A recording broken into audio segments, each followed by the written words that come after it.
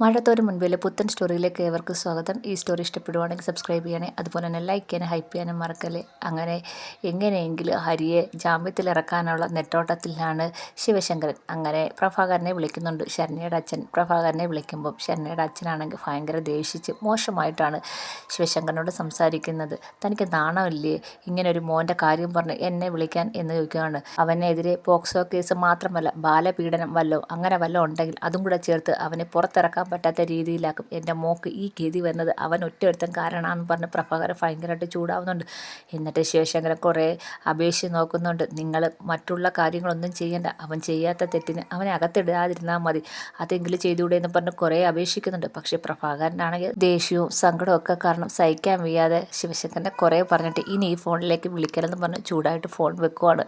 പ്രഭാകരന് നല്ല സങ്കടമുണ്ട്. തൻ്റെ മോക്ക് ഈ ഗതി വരാൻ കാരണം ഹരിശങ്കറാണെന്ന് നന്നായിട്ട് അറിയാം. അപ്പം അങ്ങോട്ട് അമ്മ വന്നിട്ട് ശരണ്യയുടെ അമ്മ വന്നിട്ട് ചോദിക്കുന്നുണ്ട്, എന്താ ആരാന്ന് ചോദിക്കുകയാണ്. അപ്പം ഹരിശങ്കറിൻ്റെ അച്ഛനാ. അവൻ എന്നോട് അപേക്ഷിക്കാൻ വിളിച്ചത് അവനെതിരെ പോക്സോ കേസ് ഒഴിവാക്കി കൊടുക്കണമെന്ന്. അവൻ കുറച്ച് അനുഭവിക്കട്ടെ, നമ്മൾ എന്തുമാത്രം അനുഭവിച്ചു അതൊക്കെ അവനും അനുഭവിക്കട്ടെ എന്ന് പറയാണ്. അപ്പോൾ ശരണ്യയുടെ അമ്മ പറയാണ്, മക്കൾ ചെയ്യുന്നതിൻ്റെ അപമാനവും സങ്കടവും വിഷമവും എല്ലാം അനുഭവിക്കേണ്ട മാതാപിതാക്കളാണ്, അതുപോലെ അയാളും അനുഭവിക്കട്ടെ എന്ന് പ്രഭാകരനും പറയുന്നുണ്ട്. അങ്ങനെ അവർക്ക് രണ്ടും ഭയങ്കര സങ്കടത്തോടെ ഇരിക്കുകയാണ്. അതുപോലെ തന്നെയാണ് ശിവശങ്കരനും. കാരണം ഒരു തരത്തിലും ഹരിയെ പുറത്തിറക്കാൻ പറ്റുന്നില്ല എന്നുള്ള സങ്കടത്തിൽ തന്നെ ഇരിക്കുകയാണ്.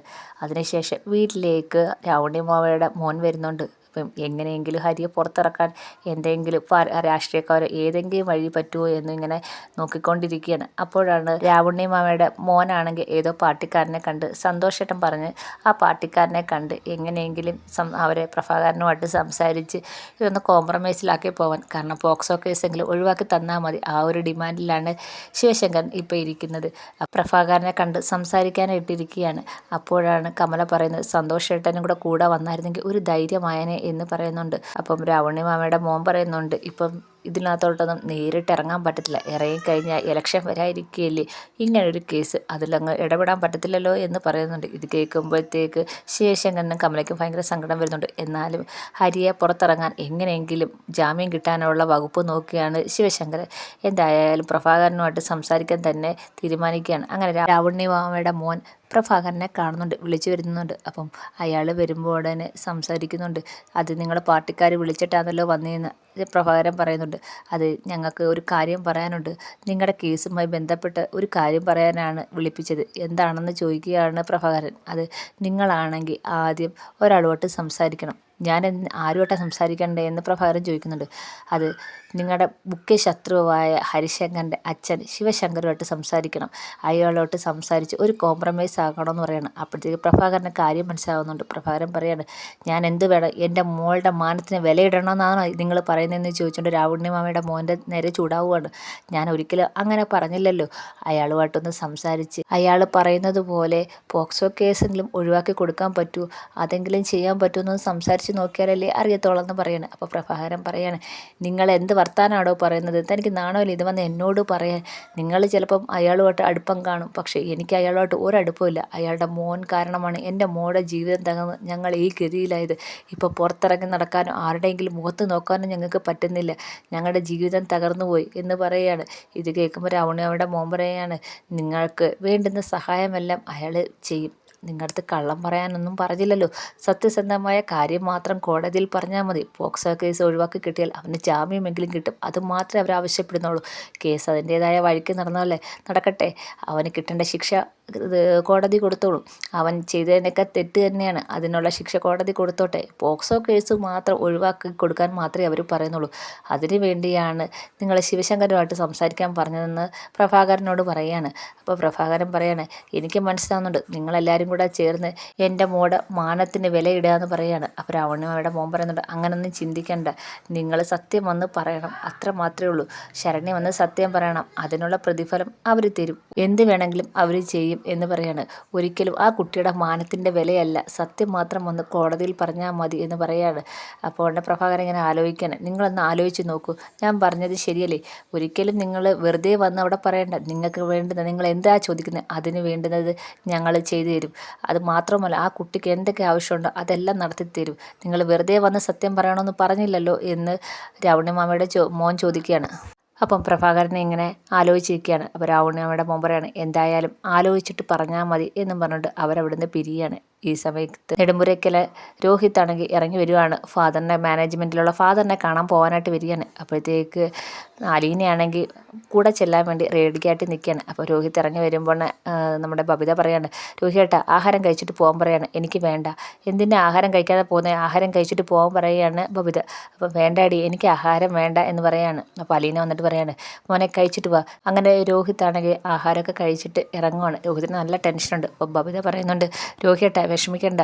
രോഹിയേട്ടൻ എന്തിനാ ടെൻഷൻ അടിക്കുന്നത്? അലീന ചേച്ചിയല്ലേ കൂടെ ഉള്ളത്, പിന്നെ എന്തിനാണ് പേടിക്കുന്നത്? എന്തായാലും ഫാദറിനോടത്ത് കാര്യങ്ങളൊക്കെ പറഞ്ഞ് സമ്മതിപ്പിച്ചിട്ട് അലീന ചേച്ചി വരുത്തുള്ളൂ എന്ന് പറയാണ്. അപ്പോൾ കൃഷ്ണമോളും പറയുന്നുണ്ട്, അത് ശരിയാ രോഹിയേട്ടാ, എന്തായാലും ഫാദറിനെ കൊണ്ട് ചേച്ചി സമ്മതിപ്പിച്ച് രോഹിയേട്ടനെ തിരിച്ച് ആ കോളേജ് എടുപ്പിച്ചിട്ട് അലീന ചേച്ചി വരുത്തോളം എന്ന് പറയുകയാണ്.